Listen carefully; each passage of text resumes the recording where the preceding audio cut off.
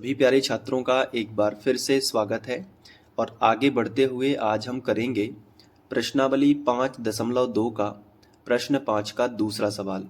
तो बड़े ध्यान से और धैर्य के साथ में देखना ताकि ये आप अच्छे से कर पाओ, और कॉपी पेन लेकर बैठा करो ताकि सवाल जैसे ही देखा तुरंत से प्रैक्टिस करी, उस सवाल को अच्छे से सीख लिया होगा, तभी तभी माना जाएगा कि आपने उसको अच्छे से सीखा। चलिए दूसरा सवाल जो है उसको मैं अलग से लिख लेता हूँ। तो चूंकि ये हमें एक समांतर श्रेणी दी गई है तो हम लिखेंगे दी गई एपी, और जो ऊपर हमें एपी दी गई है 18, 15 सही 1/2, 13 और डैश डैश डैश -47, ये हम पूरी एपी यहाँ पे लिख लेते हैं। अब इसके बाद इस सवाल को अच्छे से हल करना सीखते हैं कि कितने पद हैं, हमें पता करने हैं कि n का मान कितना है, कितने पद हैं इस एपी में। तो जब भी आपको कोई एपी दी जाए तो दो चीज़ें आपकी फिक्स हो जाती हैं। बताओ क्या? पहला होगा आपका प्रथम पद और दूसरा होगा सार्वंतर। तो सबसे पहले हम यहाँ पे लिखेंगे कि जो हमारा प्रथम पद है, प्रथम पद, प्रथम पद a बराबर कितना होगा? तो प्रथम पद a बराबर होगा 18, और दूसरा जो होता है बेटा वो होता है सार्व अंतर। तो सार्व अंतर बता दो कितना होगा? तो आप कहोगे सर दूसरे नंबर के पद में से पहले नंबर का पद घटाएंगे।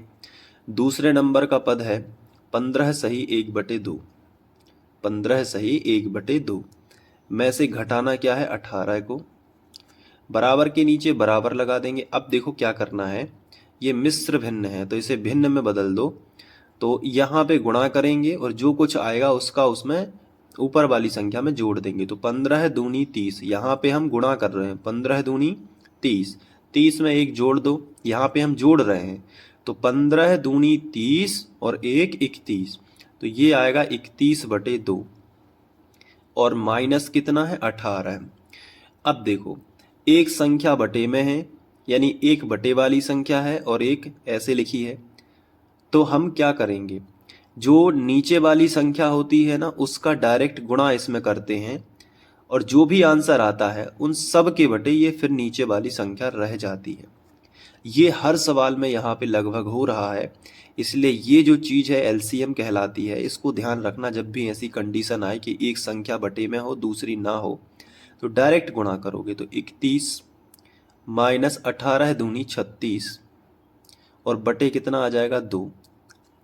अब बहुत ध्यान से समझो कि 36 में से 31 घटाएंगे तो कितना आएगा? तो आप कहोगे सर 5 आएगा, और माइनस है तो माइनस आएगा, और बटे में कितना है? 2। माइनस क्यों आएगा? क्योंकि बड़ी संख्या माइनस की थी। तो -5/2 डी का मान आ गया, और ए का मान कितना है? 18। अब इससे क्या फायदा है? ए और डी का मान आ गया, ए और डी का मान आ गया, और आपको अंतिम पद दिया गया है -47। तो आप लिखोगे कि जो अंतिम पद होता है ए एन वो आपको दिया गया है, तो आप लिखोगे चूंकि ए एन बराबर है -47। लेकिन ए एन का जो फॉर्मूला होता है वो आपको पता होगा कि ए प्लस n-1 इंटू डी, और बराबर कितना है? ये -47 है। तो a और d के मान आप आराम से रख दीजिए, उत्तर आ जाएगा। a का मान कितना है? 18 है, तो यहाँ पे जाके रखोगे 18 प्लस n हमें ज्ञात करना है -1, और d का जो मान है वो है -5/2, और बराबर कितना हो जाएगा? बराबर होगा -47। अब पहले 18 का इस तरफ पक्षांतर कर दो, तो n-1 ज्यों का त्यों और माइनस का 5/2 भी ज्यों का त्यों, बराबर हो जाएगा -47, और प्लस का 18 इस तरफ आएगा तो -18 भी हो जाएगा।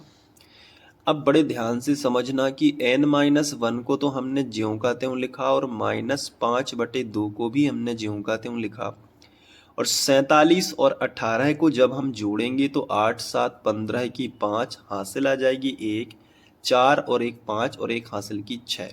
तो यहाँ पे -65 जो है हमें प्राप्त होगा। अब ये जो -5/2 है ये गुणा में है, गुणा वाली संख्या कहाँ लेके आना है? बटे में। तो n-1 बराबर हो जाएगा -65, और बटे में कितना होगा? -5/2। अब बटे के बटे वाली संख्या जब भी होती है तो वो पलट जाती है, तो पहले माइनस और माइनस तो कैंसिल हो जाएगा, तो n-1 बराबर बचेगा 65, और ये जो बटे के बटे में ये पलट जाएगी, तो ये 5/2 थी बटे में, तो पलट के हो जाएगी 2/5। तो 5 से 65 कट जाएंगे 13 बार में, क्योंकि 13 पौने 65 होते हैं। तो यहाँ पे आपको पता चलेगा कि n-1 बराबर 13 दूनी 26 हो जाएगा। अब ये जो माइनस का 1 है इसका पक्षांतर इस तरफ करेंगे तो n बराबर हो जाएगा 26 + 1, और 26 और 1 कितने हो जाएंगे, तो आप कहोगे सर 27 हो जाएंगे। बहुत बढ़िया। तो इस AP में टोटल कितने पद होंगे, तो आप कहोगे 27 पद होंगे। तो लिखोगे कि अतः AP में कुल 27 पद हैं। क्लियर? तो ये सवाल है, अब आप इसको नोट कर लीजिएगा। थोड़ा सा बड़ा सवाल था इसलिए मैंने अलग अलग करवाया, ताकि जो भी सवाल आपको देखना है वो आसानी से आप अच्छे से देख पाओ। स्क्रीनशॉट ले लेना इसका पहला, इसके बाद यहाँ पे, फिर इसके बाद ये वाला, ठीक है, और फिर थोड़ा सा यहाँ पे लिखा, ठीक है। तो आई होप कि ये प्रश्न क्रमांक जो आपको 6 था ये अच्छा लगा होगा। प्रश्न क्रमांक 5 जो है ये मैं बता रहा हूँ। अब इसके बाद हम प्रश्न क्रमांक जो 6 है उसको करेंगे, और बहुत अच्छे से आपको करना है। Thank you.